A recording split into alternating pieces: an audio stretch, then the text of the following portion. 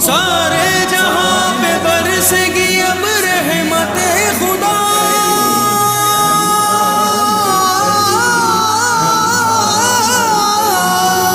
مقبول ہوگی مانگنے والوں کی ہر دعا، رمضان الکریم۔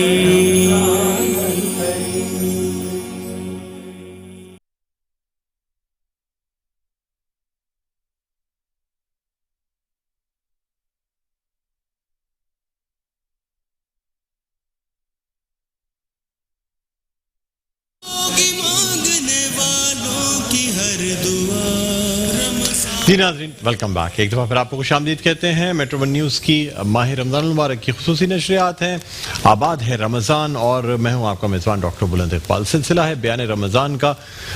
یہ وہ وقت ہوتا ہے خاص طور پہ جب تمام جو میرے دوست ہیں، جو دیکھنے والے ہیں، وہ اسکرین پر بیٹھے ہوتے ہیں، روزے کا وقت قریب ہوتا ہے۔ بات شاید اس وقت کچھ سمجھ میں بھی زیادہ آ رہی ہوتی ہے، انسان کا دماغ بھی اس وقت دنیاوی چیزوں سے نکل کے کچھ دین کی طرف زیادہ مائل ہوتا ہے اس وقت ہر شخص روزے کی حالت میں۔ تو اس لیے یہ جو ہمارا سیگمنٹ ہے بیان رمضان، اس سے اسپیشلی ہم نے اس ٹائم پہ رکھا ہے، اور ہمارے ساتھ موجود ہوتے ہیں شجاع الدین شیخ صاحب، جو کہ رمضان کے حوالے سے بیان فرماتے ہیں۔ آج روزے کے حوالے سے بات ہوگی۔ سب سے پہلے خوش آمدید کہنا چاہیں گے۔ السلام علیکم شجاع بھائی، خوش آمدید کہتے ہیں پروگرام میں۔ وعلیکم السلام ورحمۃ اللہ وبرکاتہ۔ جزاک اللہ ڈاکٹر صاحب، خیریت سے ہیں؟ ماشاء اللہ جی، اللہ کا کرم، اللہ کا کرم۔ جی شجاع بھائی، بیان فرمائیے۔ جزاک اللہ خیر۔ الحمد للہ رب العالمین والصلاة والسلام علی سید الانبیاء والمرسلین، اما بعد، اعوذ باللہ من الشیطان الرجیم، بسم اللہ الرحمن الرحیم۔ یا ایہا الذین آمنوا کتب علیکم الصیام کما کتب علی الذین من قبلکم لعلکم تتقون، صدق اللہ العظیم۔ اللہم صلی علی محمد وعلی آل محمد وبارک وسلم۔ رب اشرح لی صدری ویسر لی امری واحلل عقدۃ من لسانی یفقہوا قولی واجعل لی وزیرا من اہلی، آمین یا رب العالمین۔ یہ سورۃ البقرہ کی آیت نمبر 183 ہے۔ کل بھی تھوڑا سا ذکر اس کے تعلق سے آیا تھا، مگر آج روزے کے حوالے سے کچھ اور پہلو انشاءاللہ ہم سمجھیں گے۔ سورۃ البقرہ کی آیت نمبر 183 میں اللہ رب العالمین نے فرمایا، یا ایھا الذین آمنوا، اے وہ لوگو جو ایمان لائے ہو، کتب علیکم الصیام، یہ صیام، یہ روزہ رکھنا تم پر فرض کیا گیا، کما کتب علی الذین من قبلکم، جیسے کہ تم سے پچھلے لوگوں پر فرض کیا گیا، لعلکم تتقون، تاکہ تم میں تقوی پیدا ہو جائے۔ صوم کا لفظ بڑا قیمتی ہے، اور عرب اس کو استعمال کرتے تھے اپنے گھوڑوں کے لیے۔ بڑا دلچسپ نکتہ ہے، توجہ کیجئے گا تو روزے کی جو عبادت ہے نا، اس کا اور ایک پہلو ہمارے سامنے واضح ہوگا۔ عرب اپنے گھوڑوں کو استعمال کرتے تھے جنگوں کے لیے، لوٹ مار کے لیے۔ اونٹ استعمال ہوتا تھا عام طور پر سواری کے لیے، لیکن جب جنگ کرنا ہوتی، لوٹ مار کرنا ہوتی، تو تیز رفتار جانور گھوڑے کو استعمال کرتے۔ اچھا، جب وہ جنگ کے میدان میں اترے گا اور لوٹ مار کے میدان میں اترے گا تو اسٹیمنا چاہیے، اسٹرینتھ چاہیے، تو وہ اپنے گھوڑوں کو بھوکا رکھتے تھے، کئی دن پیاسا رکھتے تھے، تیز آندھی چلتی تو ان کا منہ پکڑ کے آندھی کے رخ پر رکھتے، تاکہ وہ یہ سارے تھپیڑے برداشت کرنے کے اور بھوک و پیاس برداشت کرنے کے قابل ہو جائے۔ پھر جب وہ میدان میں اترے تو وہ اسٹرینتھ کے ساتھ اترے، اسٹیمنا کے ساتھ اترے۔ اس کو عرب کہتے تھے صوم الفرس، گھوڑے کا اب کیا ترجمہ کریں گے، بھوکا پیاسا رہنا۔ یہ لفظ قرآن نے استعمال کیا، اور اللہ فرماتا ہے یہ صیام تم پر فرض کیا گیا۔ گویا ہمیں بھی کسی میدان میں اترنا ہوگا، ہمیں بھی کسی موقع کے اوپر اسٹرینتھ کی، یا کئی مواقع پر اسٹرینتھ کی اور اسٹیمنا کی ضرورت ہوگی۔ اس کے لیے اس بھوک اور پیاس سے گزارا جا رہا ہے۔ ظاہر بات ہے کہ اللہ تعالیٰ کے خزانوں کی کمی تو نہیں ہے، ہمارے ظاہر کے اسباب کے اعتبار سے مشکلات ہو سکتی ہیں۔ اللہ کے خزانوں میں کوئی کمی نہیں کہ وہ بندوں سے بجٹنگ کروانا چاہتا ہے، راشننگ کروانا چاہتا ہے کہ تھوڑا روک لو، نہیں، اس میں ہمارا ہی فائدہ ہے۔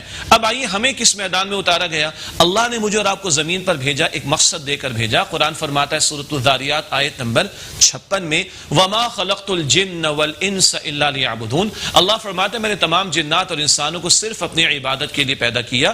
زندگی آمد برائے بندگی، زندگی بے بندگی شرمندگی۔ اب یہ عبادت پورے 24 گھنٹے مطلوب ہے۔ ہمارے دین میں یہ تقسیم نہیں ہے کہ بس چلو دین کی بھی کرو، دنیا کی بھی کرو، نہیں، سب کچھ دین کے تابع ہوگا۔ اللہ کا بندہ بننا ہے 24 گھنٹے، مگر کئی مرتبہ کچھ چیزیں رکاوٹ بنتی۔ ایک بہت بڑی رکاوٹ کیا ہے؟ یہ نفس۔ جس کے ہاتھوں بندہ غلام بن جاتا ہے اور اللہ کی نافرمانیاں کر رہا ہوتا ہے. اسی طرح کبھی شیطان کے حملے دیگر چیزیں بھی رکاوٹ بنتی. فوکس کیجئے گا اس نفس کے تعلق سے. یہ نفس کبھی خدا بن جاتا ہے, استغفر اللہ, معبود بن جاتا ہے. قرآن کہتا ہے سورۃ الفرقان آیت نمبر 43 میں, ارأیت من اتخذ الہہ ہواہ, اے نبی آپ نے اس شخص کو دیکھا جس نے اپنی خواہش نفس کو اپنا الہ بنا لیا, معبود بنا لیا. اب روزے کی حالت میں کیا ہے, نفس کھانے کو مانگتا ہے, پینے کو مانگتا ہے, لیکن بندہ اللہ کی رضا کی خاطر جھیلتا ہے بھوک کو اور برداشت کرتا ہے پیاس کو اور نہیں پیتا. حتیٰ کہ نماز کے لیے وضو کرتے نا, کیا چپکے سے پانی پیتے؟ نہیں پیتے نا. کوئی دیکھ رہا ہے؟ کوئی نہیں دیکھ رہا. پھر بھی کیوں نہیں پی رہے؟ میرا رب مجھے دیکھ رہا ہے اور اس نے اس کھانے پینے کو فی الوقت میرے لیے منع کر دیا. یہ کیا مشکرائی جاری ہے؟ تم حلال چیزوں کو چھوڑنے والے بن جاؤ, اپنی خواہش کی پیروی نہ کرو. بڑے سلوگن چلے نا, میرا جسم میری مرضی, زیادہ ڈیبیٹ نہیں کر رہا, میری مرضی نہیں, میری مرضی نہیں, میرے رب کی مرضی چلے گی. قرآن یہ بتا رہا ہے, روزہ یہ بتا رہا ہے کہ تمہیں اللہ سبحانہ و تعالیٰ کی مرضی کی خاطر حلال چیزوں کو بھی چھوڑ دینا ہے, اپنے نفس کو قربان کر دینا ہے, اپنے نفس کی بجائے رب کی ماننی. جنت ہم سب چاہتے ہیں نا. قرآن حکیم فرماتے ہیں وَأَمَّا مَنْ خَافَ مَقَامَ رَبِّهِ وَنَهَى النَّفْسَ عَنِ الْهَوَىٰ فَإِنَّ الْجَنَّةَ هِيَ الْمَأْوَىٰ, جس نے رب کے سامنے کھڑا ہونے کا خوف رکھا قیامت کا, اور جس نے اپنے نفس کی پیروی سے اپنے آپ کو روکا, خواہش نفس کی پیروی سے اپنے آپ کو روکا, جنت اس کا ٹھکانہ. اس ایک بزرگ سے پوچھا گیا, انہوں نے اسی آیت کی تفسیری بڑی پیاری بیان کی, کیا ہے جنت کا راستہ؟ فرمایا کہ ایک قدم نفس پر, دوسرا قدم جنت میں. روزہ جنت کے حصول کا ذریعہ ہے. اور اس آیت کریمہ آخر میں کیا آیا؟ لعلکم تتقون, تاکہ تم میں تقوی پیدا ہو جائے. وہ بھائی تقوی کسے کہتے ہیں؟ تقوی کا ایک ترجمہ ہے اللہ کا خوف رکھنا. اچھا اللہ کا خوف کس بات کا؟ کیا ایسا خوف جیسے کسی درندے کا ہمیں ہوتا ہے؟ نہیں. بم بلاسٹ کا ہوتا ہے؟ نہیں نہیں. اللہ کا خوف یہ کہ اللہ مجھ سے ناراض نہ ہو جائے. اللہ ناراض کس سے ہوتا ہے؟ جو اللہ کی نافرمانی کر رہا ہوتا ہے. تقوی کیا ہے؟ گناہوں سے اپنے آپ کو بچانا, نافرمانیوں سے اپنے آپ کو بچانا. اور یہ پورے مہینے کی محنت کیا ہے؟ پورا مہینہ تم اللہ سبحانہ و تعالیٰ کی خاطر بھوک اور پیاس سے گزرو اور اپنے نفس کو قابو میں رکھو, اور رب چاہی زندگی گزارو, من چاہی زندگی کے مقابلے میں. ایک مہینے میں ایسی تربیت ہو جائے, ایسی ٹریننگ ہو جائے, ہماری روح اسٹرینتھن ہو جائے, ہمارا اسٹیمنا بڑھ جائے, تاکہ رمضان کے بعد بھی پوری زندگی اللہ سبحانہ و تعالیٰ کے احکامات کی ہم پاسداری کر سکیں. تو سم اپ کرتے ہیں اس وقت کی گفتگو کو.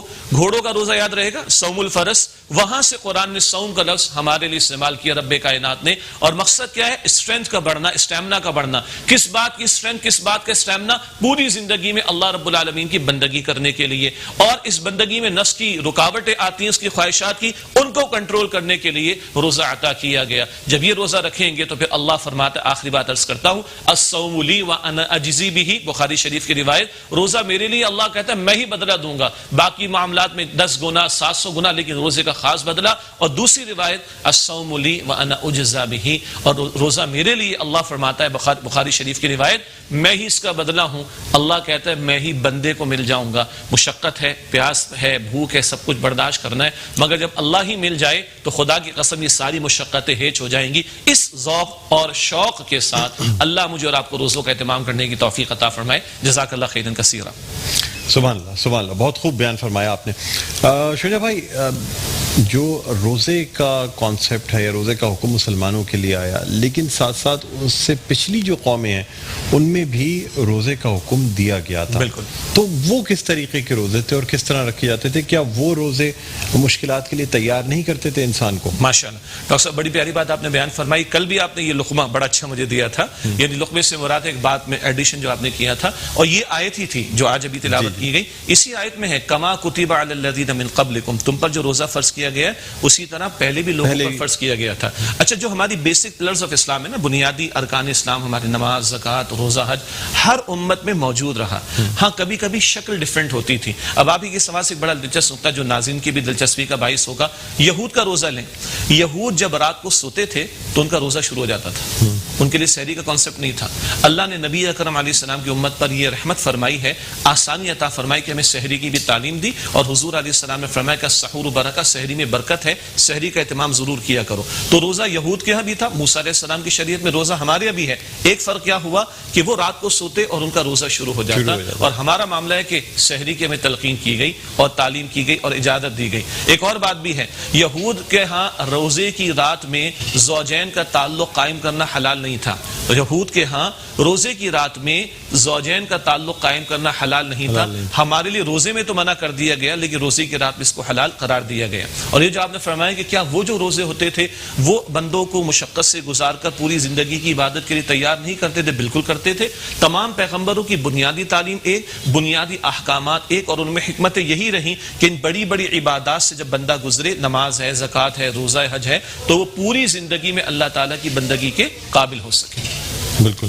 اچھا یہ بھی بتا دیجیے گا شجاع بھائی کہ جس طرح سے یعنی کہا یہ جاتا ہے کہ روزے کا مقصد انسان کو تقوی کے اوپر لے کے آنا ہے. تقوی ایک بہت باریک لائن ہے سر, کہ آپ ہر صورت میں وہ راہ اختیار کر لیں, یا اگر ہم اسے یہ کہیں کہ جو سورہ فاتحہ میں موجود ہے کہ اللہ تعالیٰ میں ایسی راہ پہ چلائے جس میں ہمیں اللہ تعالیٰ کے انعام و اکرام ملے, نہ گمراہوں کے اور نہ ایسے لوگوں کے جن پہ اللہ تعالیٰ عذاب نازل ہوا. تو سر کیا کہتے ہیں تقوی ہے کیا دراصل؟ ماشاءاللہ یہی سوال حضرت عمر فاروق رضی اللہ تعالیٰ عنہ کی مجلس میں اٹھا, اور وہاں سیدنا حضرت عمر فاروق رضی اللہ عنہ مسلمانوں کے خلیفہ ہیں, مگر وہ خلافت کے نظام کو چلانے کے ساتھ ساتھ علمی مجالس بھی منعقد کرتے تھے. اور وہاں سوال انہوں نے رکھا صحابہ کرام کے سامنے کہ تقوی کسے کہتے ہیں. تو حضرت ابی بن کعب رضی اللہ عنہ یہ صحابہ میں سب سے بڑے قاری ہیں. ابی بن کعب رضی اللہ عنہ انہوں نے جواب میں ایک سوال کیا کہ سیدنا عمر سے رضی اللہ عنہ یہ فرمائیے کہ اگر ایک تنگ راستہ ہو, پگڈنڈی جسے ہم کہتے ہیں, اور اس سے آپ کو گزرنا ہو اور رائٹ لیفٹ اس کے کانٹے ہوں, جھاڑی ہوں, تو آپ کیسے گزریں گے؟ تو حضرت عمر فاروق رضی اللہ تعالیٰ نے فرمایا کہ میں اپنے دامن کو سمیٹ کر بچ کر چلنے کی کوشش کروں گا.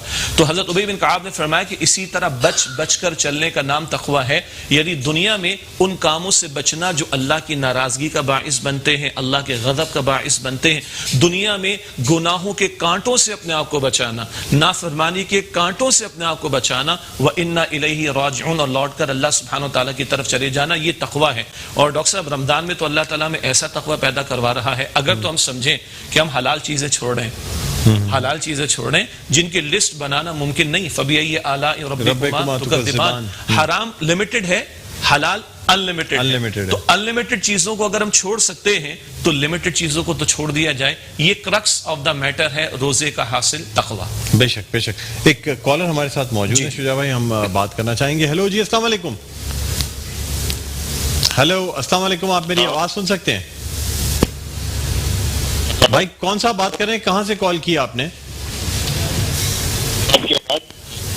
آپ کی آواز نہیں آ رہی میرے بھائی, یا تو یہ ایئر پیس کھول دیجیے گا, مجھے آواز نہیں آ رہی. جی سر, میرا سوال یہ تھا شجاع صاحب سے کہ یہ جو اللہ آپ کو بھلا کرے جو اپنے تراوی ہے, یہ کوئی فرض وہ سنت کفایہ کہتے ہیں, اور کوئی اللہ آپ کا بھلا کرے سنت موقدہ کہتے ہیں اس کو. اصل یہ کیا چیز ہے؟ کفایہ تو وہ ہوتی ہے جس میں کہ علاقے کا ایک بھی آدمی پڑھ لے تو سب کی ہو جاتی ہے. ٹھیک ہے جی, اس کا جواب آپ کو دیتے ہیں. جی شجاع بھائی, پہلی بات تو سوال کو ہم اپریشیٹ کریں کہ ہمارے جو بھی ساتھی جنہوں نے سوال کیا وہ بیسکس سے واقف ہیں, جنہوں نے کفایہ کا لفظ استعمال کیا, بہت اچھی بات ہے. فرض کفایہ ہم نے سنا ہے نماز جنازہ کو کہتے ہیں, کچھ لوگ ادا کر لیں سب کی طرف سے ادا ہو جائے گا. اور ایک فرض عین ہے, نماز تو فرض عین ہے, ہر ایک کو ادا کرنی. اچھا, رمضان شریف میں ایک ہے اعتکاف کی سنت, تو ہمارے بھائی کے لیے میں عرض کر دوں وہ سنت کفایہ ہے, یعنی کہ کچھ لوگ ایک محلے سے 2-4 بھی کر لیں تو سب کی طرف سے سنت ادا ہو جائے. لیکن اگر ایک نے بھی نہیں کیا محلے سے تو سب پر عذاب ہوگا, گناہ کا معاملہ آ سکتا ہے. اسی طرح اب تراویح کی طرف آئیے. کل بھی آپ نے بڑا اچھا سوال کیا, تو میں نے ذکر کیا تھا حضور صلی اللہ علیہ وسلم تو پورا سال قیام فرماتے رات میں, 1/3 رات, آدھی رات, 2/3 رات. اسی کی ایک شکل اجتماعی طور پر آگی جس کو ہم تراویح کی سنت کہتے ہیں. تو تراویح کو سنت کہا جائے, فرض نہیں کی گئی, تراویح سنت ہے الحمدللہ نبی اکرم علیہ السلام کی, لیکن امت نے مستقل اس کو اختیار کیا. اللہ کے رسول نے تو پورا سال تہجد کی نماز کا اہتمام کیا. امت کی ایک آسانی سیدنا عمر رضی اللہ تعالیٰ عنہ کے دور سے اجتماعی طور پر آ گئی کہ اس کو عشاء کے ساتھ جوڑ دیا گیا. کل ہم نے یہ بھی ذکر کر دیا کہ لاک ڈاؤن کی وجہ سے اگر مساجد میں لوگ نہیں جا پاتے تو وہ گھروں میں اس کا اہتمام کریں. اگلی بات یہ ہے, ابھی گھروں میں موجود ہے تو کریں گے کیا, اور مجھے بتائیں. صحیح بات, تو پھر تراویح ادا کریں نا. ٹھیک ہے, مطلب باقی بہت کچھ ہو رہا ہے جو فرض بھی نہیں ہے, واجب بھی نہیں ہے, سنت بھی نہیں ہے, مستحب بھی نہیں ہے, اور ان میں سے کچھ ایسا بھی کہ جس سے بچنا چاہیے. تو بھائی تراویح کے معاملے میں 14 صدیوں سے امت کا اتفاق چلا آیا تو کوشش کریں کہ اس کا ہم اہتمام کریں. اور ہم نے تو کل یہ توجہ دلائی کہ صاحب تراویح میں ہم نے قرآن پڑھ کے سن تو لیا, ذرا سمجھنے کی بھی کوشش کریں. ہاں زیادہ بہتر یہ ہے کہ سمجھ کے اگر پڑھیں گے تو پھر اور اجر و ثواب بھی زیادہ ہوگا انشاءاللہ. بلکہ آپ کی بات کو آگے بڑھاتے ہوئے ہم ایک ایک حرف کی تلاوت کرتے ہیں تو 10 نیکیاں ملتی اور رمضان میں اجر بڑھ جاتا ہے. اگر ہم ایک آیت سمجھتے ہیں قرآن کی تو اللہ کے رسول نے فرمایا ایک آیت کو سمجھنا 100 رکعت نفل سے زیادہ افضل ہے. ایک آیت سمجھنا 100 رکعت نفل سے زیادہ افضل ہے. تراویح ادا کیجئے, تلاوت ضرور کیجئے بھائی, بالکل کرنا ہے, سمجھنے کا بھی اہتمام کیجئے. تو ایک آیت سمجھنا 100 رکعت سے زیادہ افضل ہے. یہ ابن ماجہ شریف میں حضور علیہ السلام کا فرمان. سبحان اللہ, سبحان اللہ, کیا بات ہے. اچھا سر, یہ بھی جاننا چاہوں گا آپ سے کہ بہت سے لوگ روزہ تو رکھ لیتے ہیں لیکن اس کے بعد چاہتے یہ ہیں کہ کام میں ان کی کمی کر دی جائے. ویسے تو حکم ہے کہ اپنے جو تمام کام کرنے والے ان کے کاموں میں کمی کریں, لیکن ایک ایسا ایٹیٹیوڈ آ جاتا ہے بہت سارے لوگوں میں جو کام کر رہے ہوتے ہیں کہ جیسے روزہ رکھا ہوا ہے تو وہ کہتے ہیں نہیں جی ہم سارے کام تو نہیں کریں گے, روزہ رکھا ہوا ہے. چاہے ان کو اس بات کی تاکید کی جائے کہ یہ تمام کام ان کے ذمے ان کو کرنے ہیں, لیکن آٹومیٹکلی یہ سمجھنے لگتے ہیں کہ شاید انہیں کوئی ریلیکسیشن مل گئی روزے کی وجہ سے. کیا کہتے ہیں؟ ہاں, خود سے ریلیکسیشن لے لینا معاملہ نہیں ہے. میں جس کے تحت ہوں, اگر میں کسی کا امپلائی ہوں, میں کسی کے جاب کرتا ہوں, میں اس کے زیر تحت ہوں, وہ مجھے ریلیکسیشن دے. ہاں یہ ضرور جیسے آپ نے فرمایا کہ جب روزے کی مشقت میں بھی برداشت کرتا ہوں, آپ بھی برداشت کرتے ہیں, بھوک ہے, پیاس ہے, میں فیل کرتا ہوں کہ بھائی بہرحال ایک مشقت تو ہے, تو تھوڑا ریلیکسیشن مجھے مل جائے تو مجھے یہ عبادت کرنا آسان ہو جائے گا. اسی طرح جو میرا سبارڈینیٹ ہوگا, میرا امپلائی ہوگا, میرا ملازم ہوگا, وہ بھی تو یہ چاہے گا نا. اچھا تو میں تو ایمان والا ہوں نا, تو ایمان والا جو اپنے لیے پسند کرتا ہے دوسرے کے لیے پسند کرتا ہے. ایک بات پھر اللہ کے رسول علیہ السلام نے فرمایا کہ جو کسی مملوک اس کا ہے, زیر 10 سے پہلے غلام ہوتے تھے, اب ہوم سرونٹس ہوتے ہیں, ملازمین ہو سکتے ہیں, جو ان کے کاموں میں تخفیف کر دے, کچھ کمی کر دے, اللہ اس کے گناہوں کو معاف کر دے گا, اس کو جہنم سے آزادی عطا فرمائے. سبحان اللہ. اب اتنا کچھ چاہیے تو بھائی اب میں بھی اگر گزر رہا ہوں اور چاہتا ہوں کہ تھوڑا سا آرام کر لوں, تو جو میرے زیر تحت ان کو بھی میں, یہ تو میرے لیے ہوا کہ جو امپلائر ہے, جو امپلائی اس کے لیے تو یہ کہ بھائی جیسے اللہ کا حق پورا کرنا ہے تمہیں بندوں کا حق بھی پورا کرنا ہے. جس کے تم زیر تحت ہو, جہاں سے تم سیلری لے رہے ہو, تو تم اپنی ذمہ داری پوری کرو. اس کو بھی کہا جائے گا کہ تم دوسروں کے لیے آسانی فراہم کرو, اور اس کو کہا جائے گا آسانی اتنی لو جتنی کہ فراہم کی جا رہی ہے.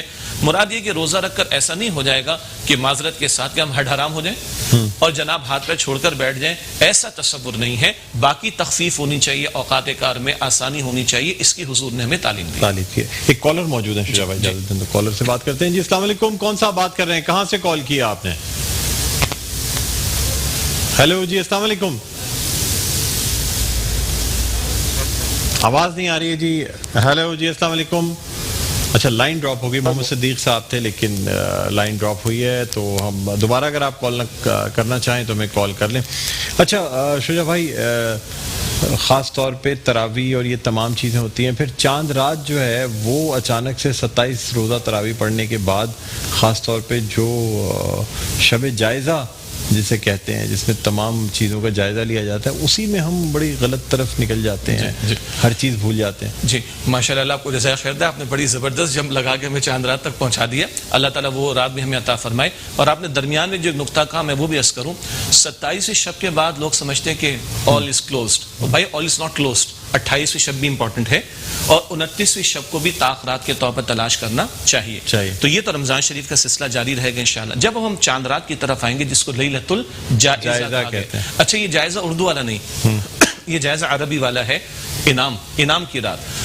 انعام کی رات کا مطلب بندے نے پورے مہینے محنت کی نا, بندے نے محنت کی ہے, ذرا مجھے اجازت دیجیے, محنت مزدوری اس نے کی ہے, تب اس کی دہاڑی ملنی چاہیے نا, اب اس کو جو اجر ملنا چاہیے. تو چاند رات ہے وہ بھی قیمتی رات ہے, اور اس رات اللہ تعالیٰ انعامات عطا فرماتا ہے. پھر ہم بات کریں گے جب ہم قریب پہنچیں گے انشاءاللہ کہ اللہ کے رسول علیہ السلام چاند رات میں بھی اللہ کی عبادت کیا کرتے تھے. تو وہ رات کمانے کی رات ہے, ضائع کرنے کی رات ہے. بالکل. اچھا ایک کالر ہمارے ساتھ موجود ہے. جی ہے, السلام علیکم, کون سا بات کر رہے ہیں, کہاں سے کال کیا آپ نے؟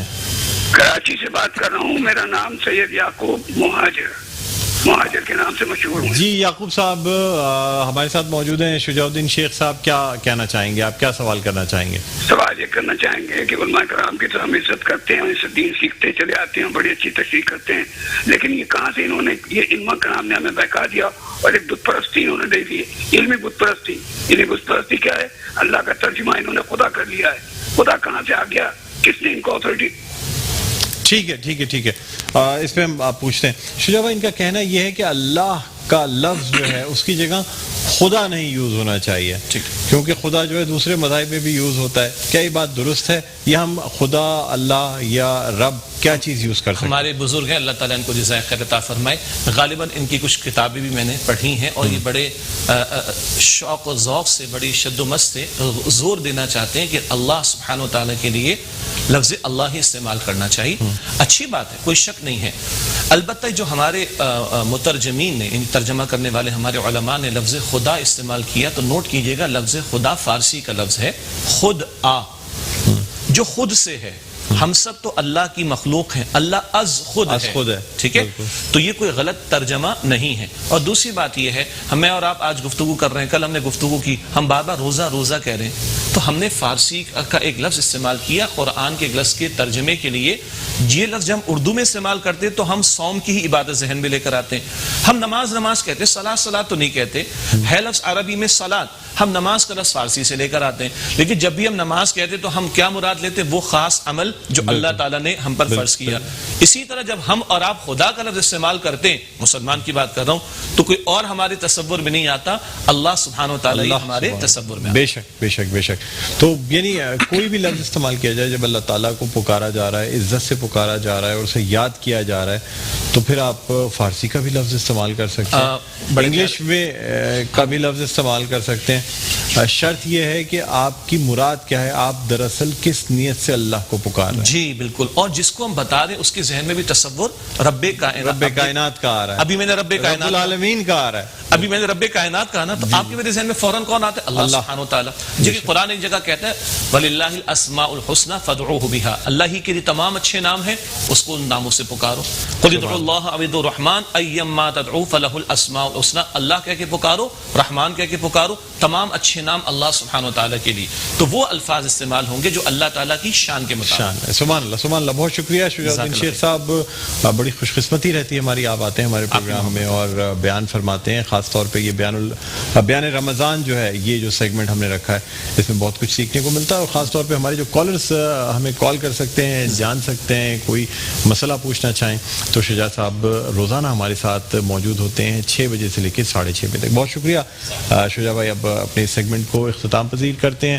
ناظرین چھوٹا سا وقفہ ہے، وقفے کے بعد جب دوبارہ آپ کی خدمت میں حاضر ہوں گے تو دعا کا سلسلہ ہوگا، روحانیت کا سلسلہ ہوگا، مناجات کا سلسلہ ہوگا، اور اسی کے ساتھ ساتھ پھر روزہ افطار بھی کریں گے. کہیں نہ جائیے گا، دیکھتے رہیے میٹرو ون نیوز کی ماہ رمضان المبارک کی خصوصی نشریات. آباد ہے رمضان.